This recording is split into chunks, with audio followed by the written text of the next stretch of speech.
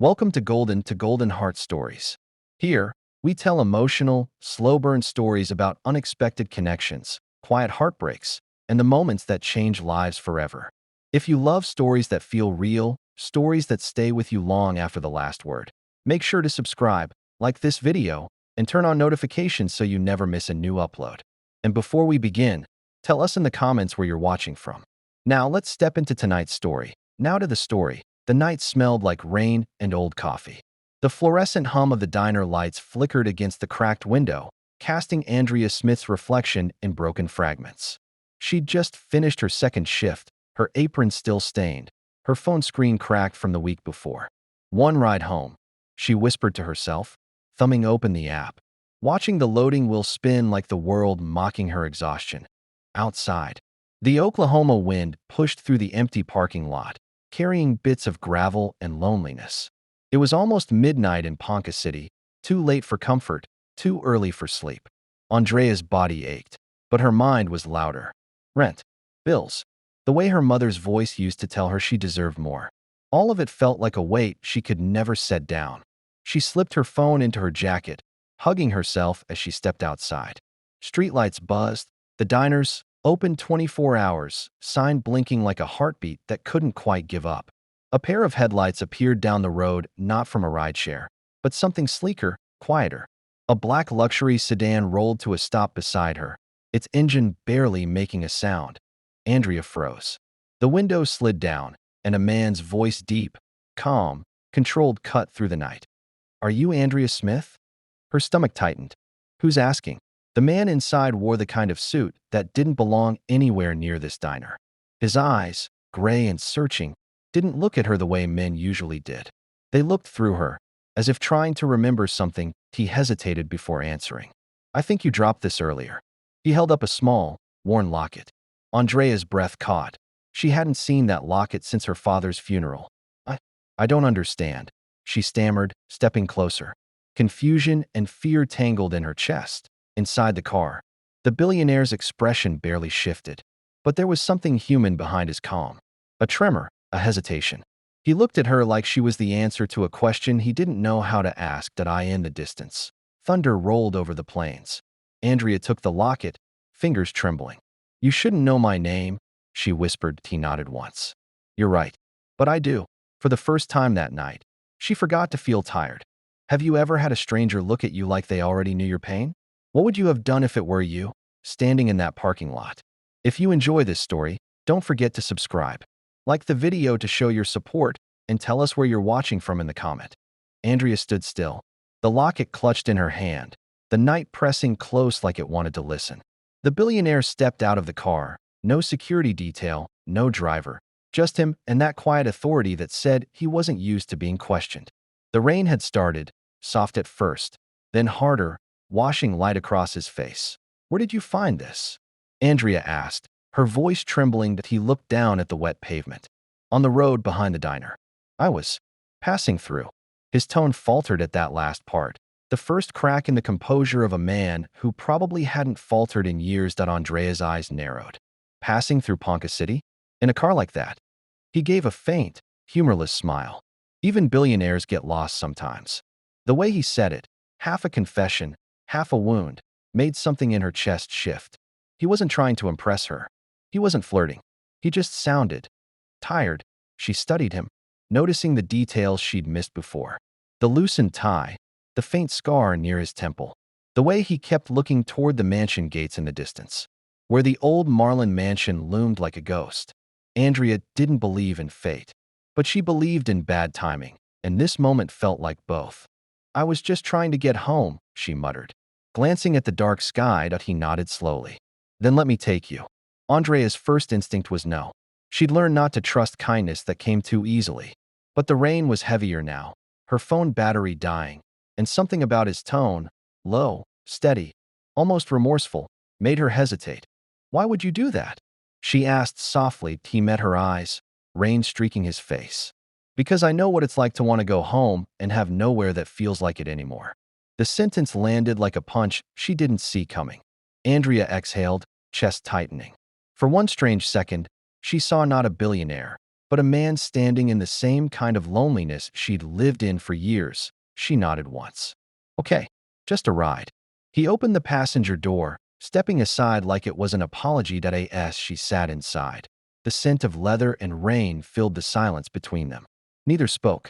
The world outside blurred, raindrops racing each other down the window, while two people who'd spent years running from their pain sat side by side, unsure why their silence suddenly felt safe. Some people appear in your life at the exact moment you stop believing anyone ever will. If you've ever felt that kind of timing, too perfect, too painful, don't just scroll past. Stay. There's more to this story. The rain eased to a mist as they drove through the winding streets toward Marlin Mansion. The silence between them wasn't awkward. It was heavy, full of unspoken questions. The billionaire's eyes stayed on the road, jaw tight, hands gripping the wheel like he was fighting something invisible. Andrea kept glancing at him from the passenger seat. Her reflection ghosted against the window. Every instinct screamed to keep her distance. This man wasn't part of her world. Men like him were the reason she'd spent her life working twice as hard for half as much. When the car slowed near the mansion's long iron gates, she finally spoke. You can drop me here. I'll walk the rest. He glanced at her, the faintest surprise in his eyes. It's miles to anywhere from here. You'd freeze. I'll manage, she said, fingers already reaching for the door handle. He exhaled, almost a sigh. You think I'm dangerous. Andrea met his gaze. I think you're something I don't understand. And I've learned that's the same thing. For a second, something flickered in his expression, hurt, maybe, or understanding. But then it vanished behind the same cold control he'd worn since she met him. He parked beside the old stone fountain outside the mansion. The lights from the estate flickered in the distance, golden against the storm clouds. I'm not asking you to trust me, he said quietly. Just to let the storm pass before you go. Andrea hesitated. The warmth of the car was a temptation, but her pride was louder. I've weathered worse storms. He turned off the ignition, hands still on the steering wheel. So have I. That silence again, dense, electric. Andrea stepped out, rain kissing her face, shoes sinking into the gravel. She didn't look back until she heard the car door opened. He stood behind her now, his voice softer than the wind. I didn't mean to frighten you. I just thought, maybe you shouldn't be alone tonight. Andrea's breath caught. Don't pretend you know what it's like to be alone. He took a slow step closer. I buried my wife 3 years ago. I know. The words hit like thunder, quiet, devastating. Andrea's grip on the locket tightened, her defiance faltering for just a second, but old habits won.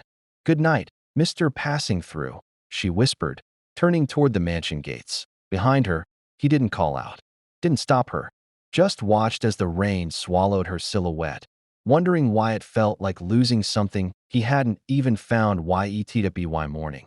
The storm had turned the roads into rivers. Andrea woke on the narrow bench inside the Marlin Mansion's gatehouse, half shelter, half relic of another century. Her phone was dead, her jacket damp, her pride bruised but intact. She'd only meant to wait out the storm, not to sleep through the night. The creak of the old gate startled her. The billionaire, now without his jacket, sleeves rolled up, was standing in the rain, holding 2 steaming cups of coffee. Andrea blinked, instinctively defensive. You followed me. He shook his head. I live here. Her gaze snapped toward the mansion beyond the trees, massive, gray, wrapped in morning fog. Of course you do, she murmured. He offered her one of the coffees. Truce. Andrea hesitated.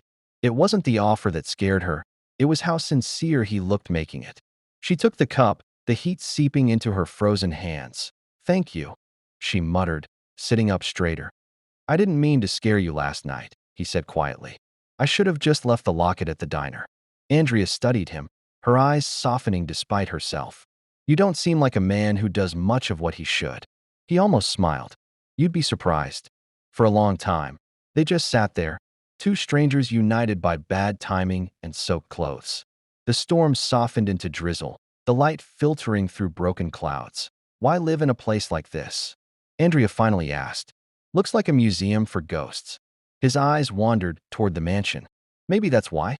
It's quiet enough to hear them. Andrea's fingers tightened around her cup. I know what it's like to live with ghosts. Mine just don't wear silk ties. He looked back at her, really looked this time.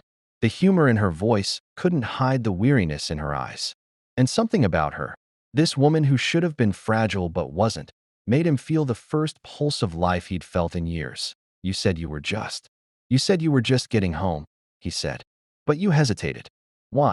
Andrea met his gaze, unflinching. Because home isn't always a place you want to go back to. The words hung in the air. Quiet, heavy, true, for the first time. The silence between them wasn't a wall. It was a bridge that he reached into his pocket, pulling out a small silver key. There's a guest room in the east wing, he said gently. Just until the road's clear. Andrea wanted to say no. But the warmth of the coffee, the exhaustion, and that quiet tone, the one that didn't ask, only offered, wore her down. Fine, she sighed. Just until the road's clear. He nodded, a trace of relief in his eyes. Welcome to Marlin Mansion, Miss Smith. The Marlin Mansion was breathtaking in the daylight. Polished marble floors, high ceilings echoing every step, and portraits of people who looked like they'd never known struggle. Andrea felt out of place, just breathing the same air. She trailed behind him through long corridors until they reached a sitting room warmed by a crackling fire. He gestured toward the couch. You can rest here for a bit.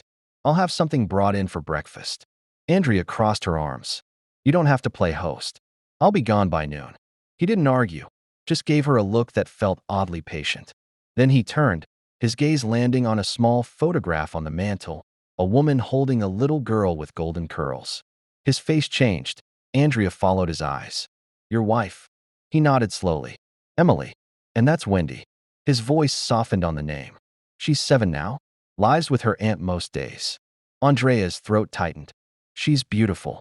She was born in this house, he said. Her mother died here too. I've been trying to keep both memories alive, and failing miserably at both. The confession wasn't rehearsed. It fell from his lips like something he hadn't meant to say out loud. Andrea didn't know what to do with it.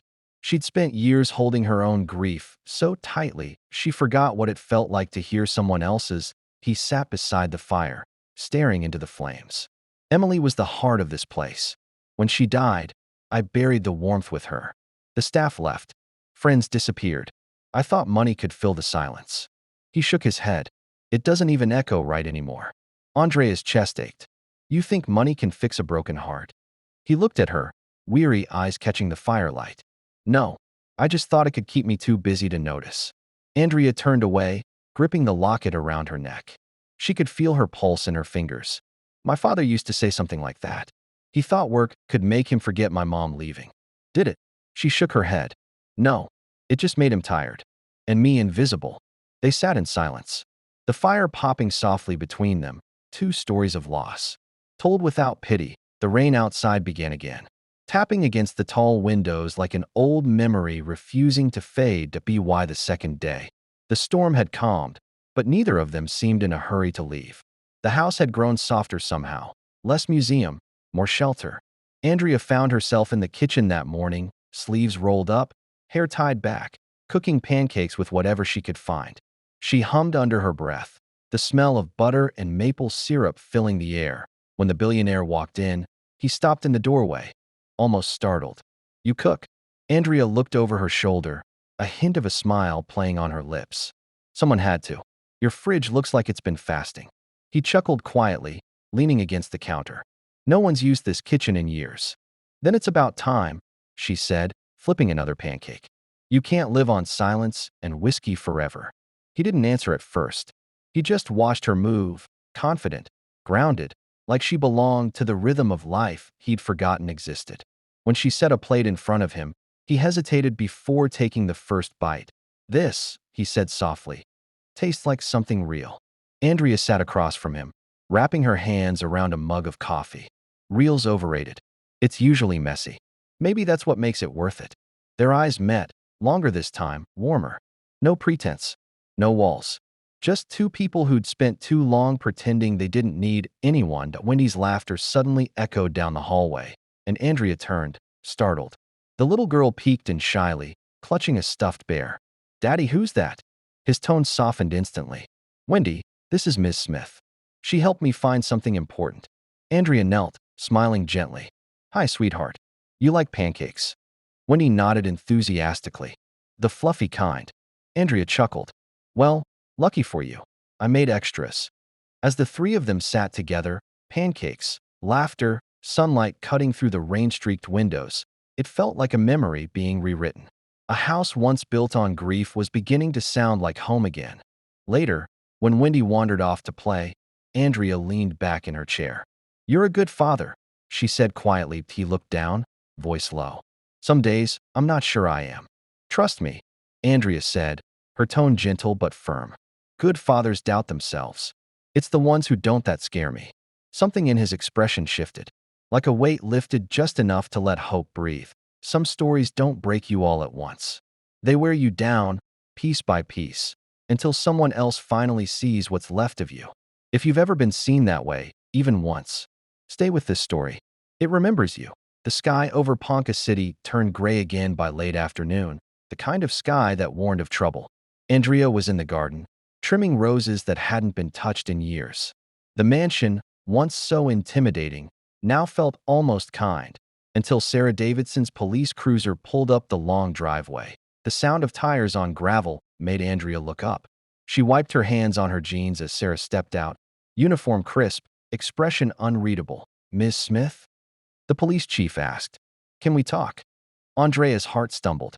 "Is something wrong?" Sarah's tone softened, but her eyes didn't. "We got a report last night. A stolen vehicle found near the diner. The description matches the one parked here." Andrea froze. "What?" Before she could say more, the mansion doors opened, and the billionaire appeared. His calm expression faltered when he saw Sarah. "Chief Davidson," he said. "I was going to call you this morning." Sarah crossed her arms. "Funny. Usually, people call before they bring a stolen car home." Andrea turned toward him, her voice sharp. "You said it was yours." "It is now," he said quietly. "But it wasn't when I drove it." The words hung in the air like gunpowder. Andrea's stomach dropped. "You stole it." His voice cracked slightly. "Borrowed. I needed to get out of the city, away from the press. They were waiting outside my building, stories about the foundation funds, lies I didn't have the strength to fight." Andrea stepped back, anger and betrayal clawing up her throat. "So you ran. You found me, and you lied." "I didn't lie about what matters," he said, desperate now. "I didn't lie to you." But she couldn't hear him anymore. Every kindness, every quiet word, felt like another trick. Sarah placed a hand on Andrea's shoulder. "Ma'am, you okay?" Andrea nodded stiffly, eyes wet but hard. "I should have known better. Men like him don't stop because of guilt. They stop because they're cornered." He took a step closer, voice low, aching. "Andrea, please." She shook her head. "You had every reason to drive away, and you didn't. You chose to make me feel seen. For what? To ease your conscience." Silence stretched between them, sharp as glass. Finally, she turned to Sarah. "Can you give me a ride back to town?" Sarah nodded, her gaze flicking briefly toward him before she led Andrea toward the cruiser. The billionaire stood alone in the gravel driveway, rain beginning to fall again. The mansion behind him looked hollow, colder than ever. He didn't try to stop her, because some heartbreaks, he realized, weren't meant to be fixed with words. The rain hadn't stopped when Andrea reached her apartment on the edge of town. The silence inside felt unfamiliar now, like something was missing. She hung her damp jacket by the door, then sat at the kitchen table, staring at the locket lying in her palm. For years it had been her reminder to stay guarded. Now it just felt heavy, with regret, confusion, and something dangerously close to longing. She told herself she didn't care, that what happened at Marlin Mansion was just another wrong turn. But when she closed her eyes, she saw his face in the rain, tired, guilty, and real. Across town, in the grand emptiness of the mansion, the billionaire sat alone by the fire, his phone dark beside him. The echo of Andrea's voice wouldn't leave his head. "You chose to make me feel seen. For what? To ease your conscience."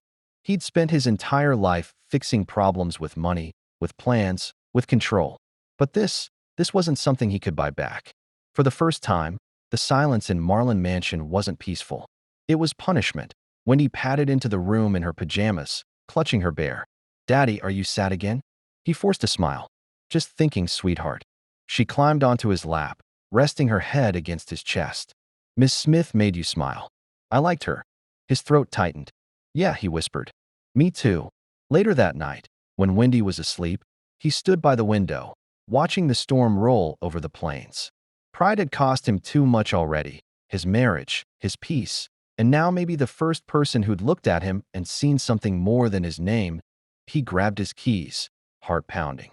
For once, he didn't think about consequences. Back in town, Andrea heard the faint sound of tires on wet pavement outside her building. She looked through the window and saw the familiar black sedan. Her pulse quickened.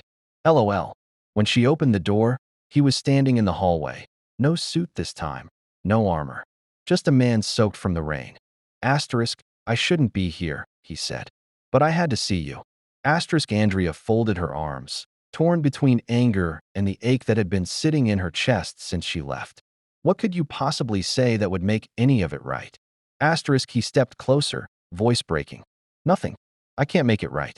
I just need you to know I didn't stop for pity that night. I stopped because you look like I used to feel. Asterisk. Her eyes softened despite herself. The air between them hummed with unspoken forgiveness, the kind that comes slowly, like sunrise after a long storm. Asterisk. For a moment, Andrea couldn't move. The hallway was quiet except for the hum of the rain against the roof. He stood there, soaked and trembling, not from the cold, but from something deeper.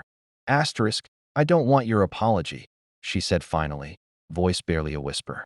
I want to know why it hurts so much to believe you. Asterisk. He took a slow breath, his eyes locked on hers. Because you do believe me. You just don't trust yourself for wanting to.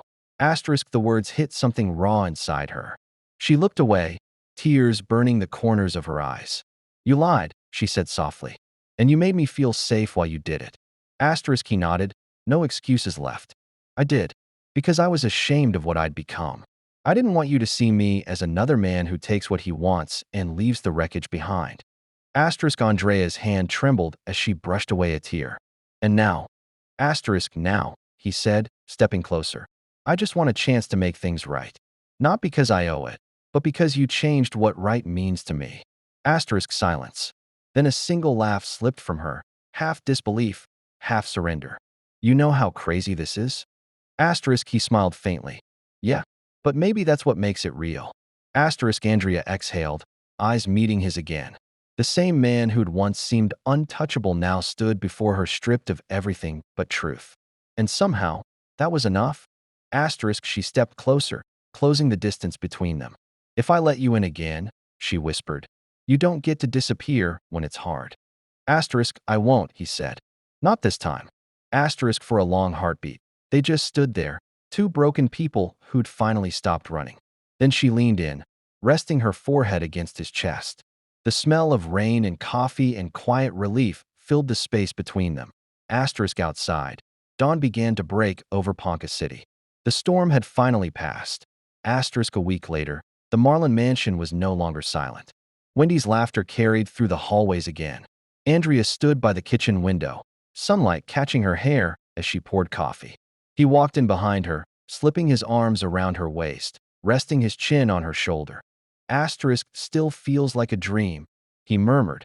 Asterisk. Andrea smiled softly. Then don't wake up. Asterisk. He kissed her temple, the locket glinting in the morning light between them, a symbol of everything lost and found. Asterisk. And for the first time in years, the mansion felt alive. Asterisk. If you've ever believed love was gone for good, only to find it waiting where you least expected, then this story was meant for you. Don't walk away from it. Stay, remember, and let it remind you what hope feels like. Thank you for stepping into tonight's story with us. Andrea and the Billionaire's journey reminds us that some connections find us when we least expect it. Messy, complicated, and real. If this story touched you, don't forget to like, subscribe, and hit the notification bell so you never miss another tale from Golden to Golden Heart Stories. Asterisk. And before you go, tell us in the comments, have you ever had someone unexpectedly see you in a way that changed everything? We'd love to hear your story. Asterisk. Until next time, remember, some hearts find each other when the storm finally passes.